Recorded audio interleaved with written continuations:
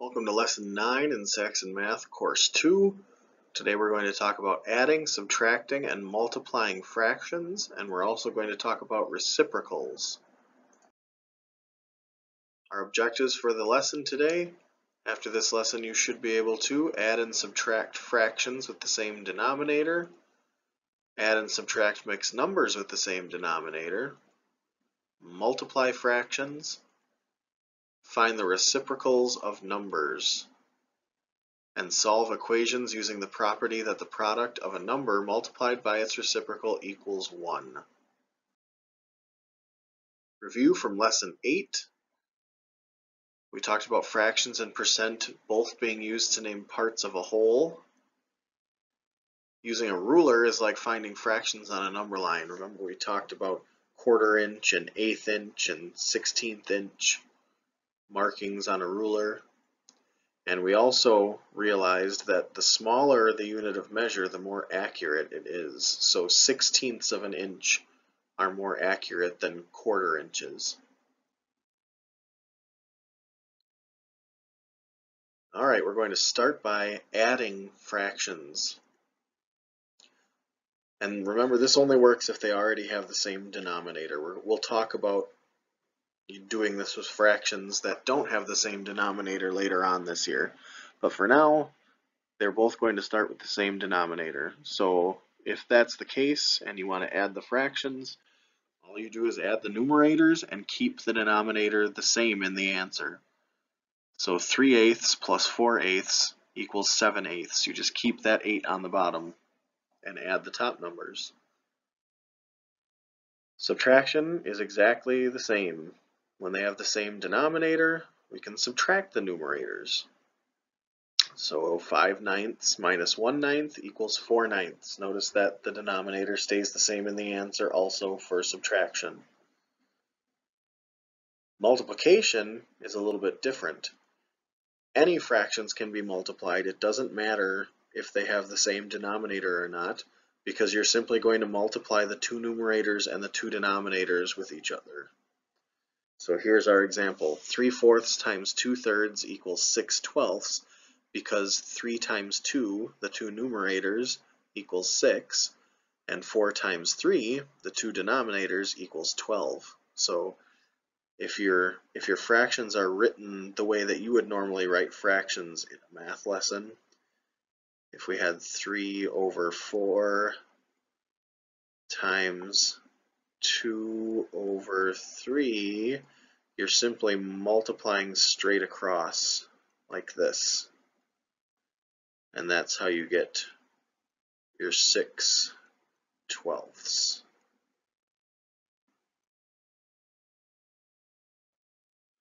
Adding and subtracting mixed numbers is exactly the same as adding and subtracting fractions, except now you have the added step of adding and subtracting the whole numbers as well.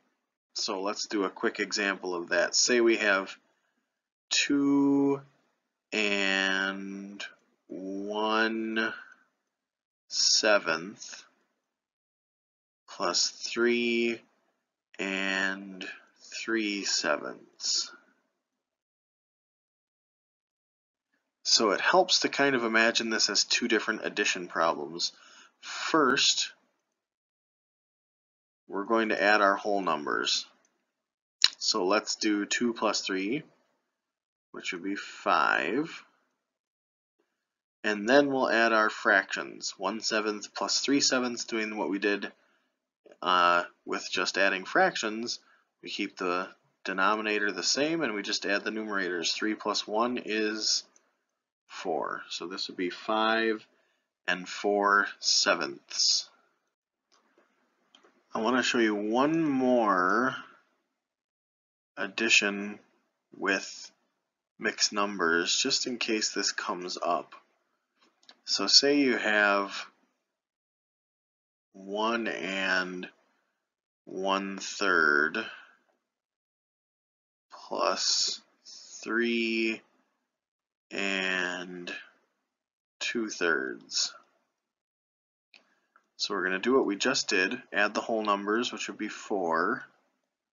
Then when we add the fractions, 2 plus 1 is 3, this fraction right here actually equals another whole. So instead of leaving it as 4 3/3, we take away that fraction and we add a whole 1 to 4.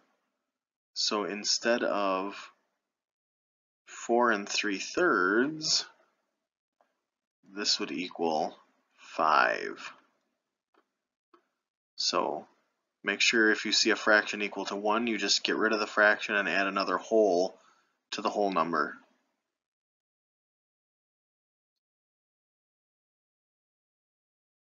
Finally, we're going to talk about reciprocals. Reciprocals are found by inverting or flipping a fraction upside down. It doesn't have to be a fraction either, actually. It can be a whole number, and I'll show you an example of that too. So this example, the reciprocal of 3/4 is 4/3. You just flip the fraction upside down. Up here, I'll show you an example. Every whole number is already technically a fraction. Like the whole number 4 is the same as 4 over 1.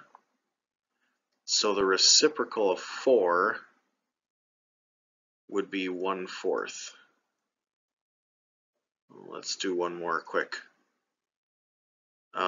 If you had the whole number 7, the reciprocal would be 1/7. You just put 1 over that whole number. That's the reciprocal.